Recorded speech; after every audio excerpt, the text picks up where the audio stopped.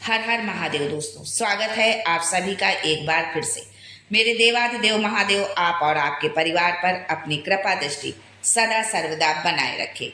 दोस्तों, यदि आप अपने जीवन में सुख समृद्धि चाहते हैं, धन वैभव चाहते हैं, अपने जीवन के हर क्षेत्र में सफलता पाना चाहते हैं, व्यापार में तरक्की चाहते हैं, नौकरी में प्रमोशन चाहते हैं, अपने बच्चों का भविष्य उज्जवल बनाना चाहते हैं, तो आप बिल्कुल सही चैनल पर आए हैं। यदि आप पहली बार हमारे चैनल पर आए हैं तो चैनल को सब्सक्राइब करके बेल आइकन जरूर दबाइएगा। दोस्तों, वैदिक पंचांग के अनुसार इस बार सावन की शुरुआत 11 जुलाई से हो रही है। इस दौरान शिव भक्तों में खास उत्साह देखने को मिलता है। धार्मिक मान्यता के अनुसार सावन में विधि पूर्वक भगवान शिव की पूजा करने से सुख समृद्धि में वृद्धि होती है और बिगड़े काम पूरे होते हैं।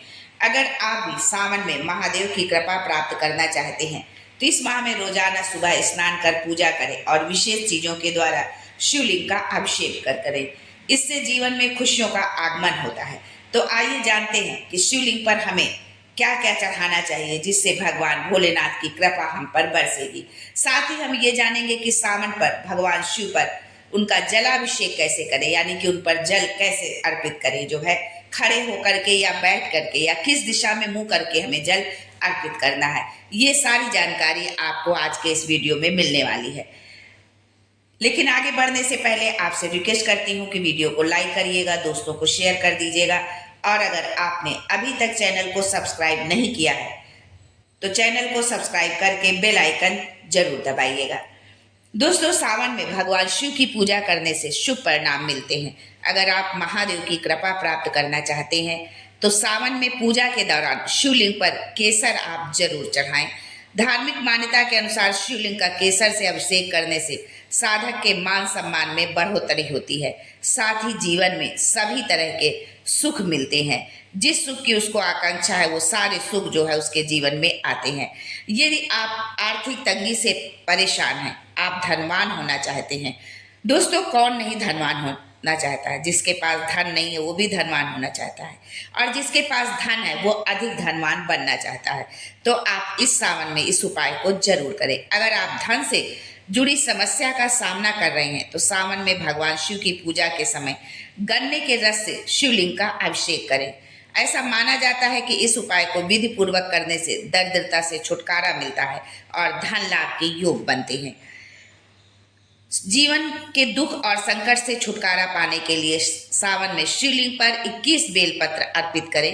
इस दौरान महादेव से जीवन में सुख शांति की प्राप्ति के लिए कामना करें।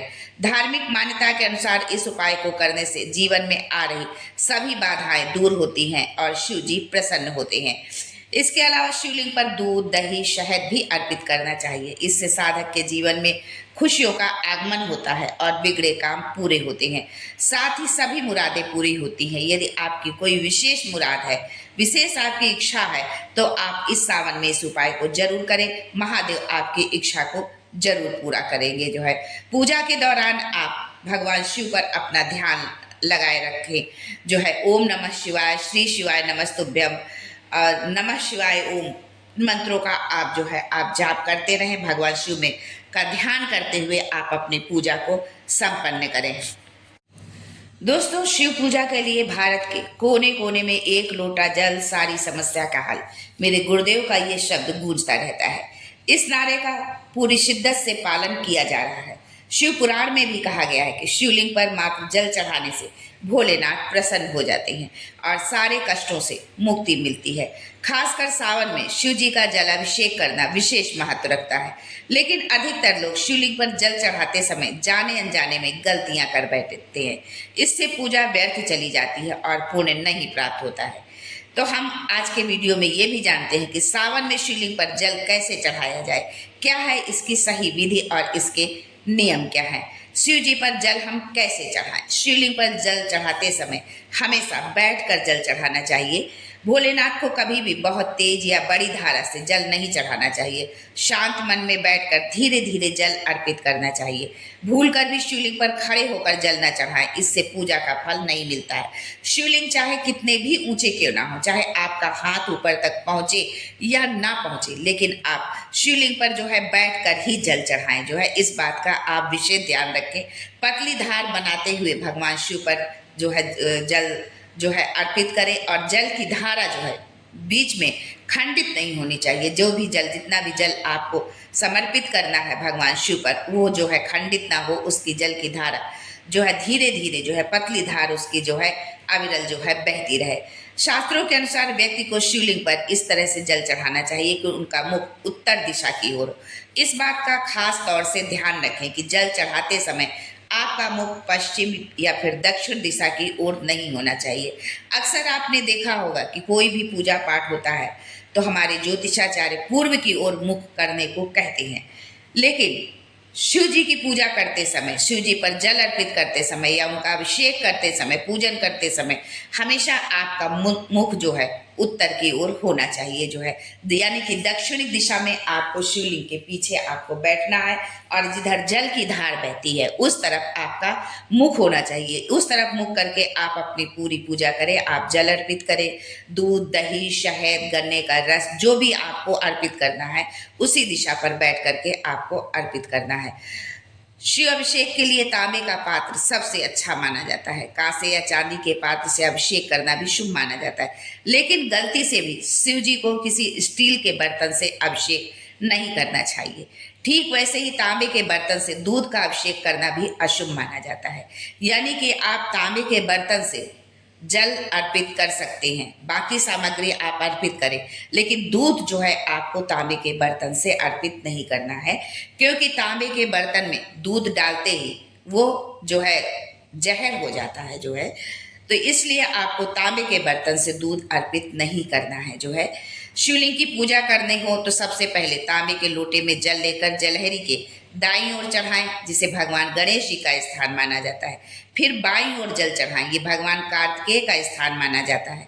इसके बाद जलहरी के बीचों बीच जल चढ़ाया जाता है, ये शिव जी की पुत्री अशोक सुंदरी का स्थान माना जाता है। इसके बाद जलहरी के गोलाकार हिस्से में जल चढ़ाएं, जिसे माता पार्वती का स्थान माना जाता है। माता पार्वती का हस्त कमल होता है वो। शिवलिंग में सबसे जो है आखिरी में धीमे धीमे आप जल चढ़ाएं, जल की धारा टूटे नहीं।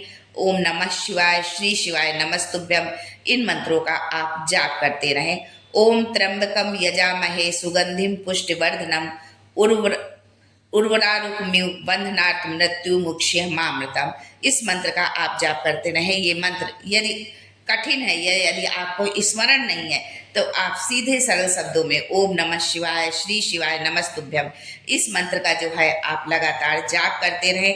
और जब पूजा करने के पश्चात आप जब मंदिर से आए तो पूजा करने के बाद आप 10 मिनट, 5 मिनट, जो भी आपके पास समय है उतने समय आप मंदिर पर पहले बैठें, भगवान का स्मरण करें, उनका नाम जाप करें, उसके बाद ही अपने घर को जाएं।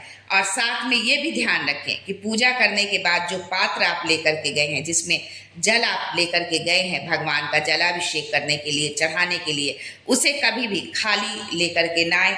उसमें भगवान का को जो आपने जल चढ़ाया है, जो जलहरी से जल बहता है, उस जल को थोड़ा सा उसमें जरूर लेकर के आए, और लाने के बाद उसको अपने घर में उसको छिड़क दे। बाबा आपका घर धन के भंडार से भर देगा। तो आज के लिए बस इतना ही, फिर मिलते हैं कुछ नया, कुछ अलग, कुछ अद्भुत लेकर। तब तक के लिए Har Har Mahadev and thanks for watching my video.